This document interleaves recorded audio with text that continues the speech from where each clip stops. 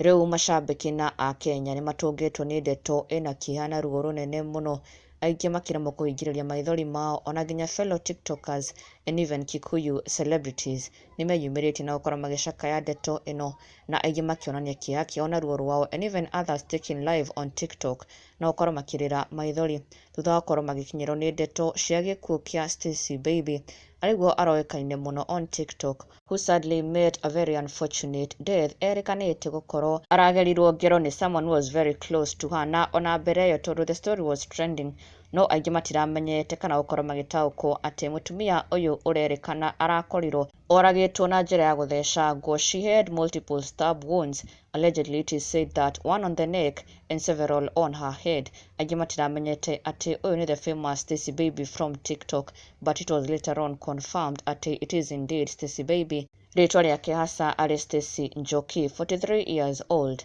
na atiga kana gake kamwe ga kahĩĩ. Ndeto ĩna ruo mũno, na so many tiktokers ona nginya celebrities nĩ maingĩrĩte nenda-inĩ ciao na gũcakaya Stacey Baibe, most of them in shock, mategwĩtĩkia ma atĩ she is gone. Ũmwe wao arĩ Mercy Maina, ona nginya former actress Nyambui Thagariene, ona nginya Joyce Mauno, othe makĩingĩra nenda-inĩ ciao cia TikTok na gũkũmithia gĩko gĩkĩ, calling out the person behind this evil act, na gĩkuũ gĩkĩ gĩa Stacey Baibe gĩkĩmatigana maithori mũno, praying for justice for Stacey Baibe. Na ona ithuĩ we send our deepest condolences to the family.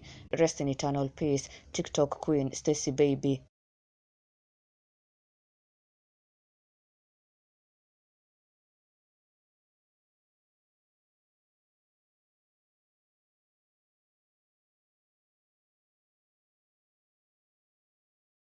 Na ndũgakĩriganĩrwo gũsubscribe for the latest and trending Kikuyu celebrity news. Never miss an update. Subscribe now.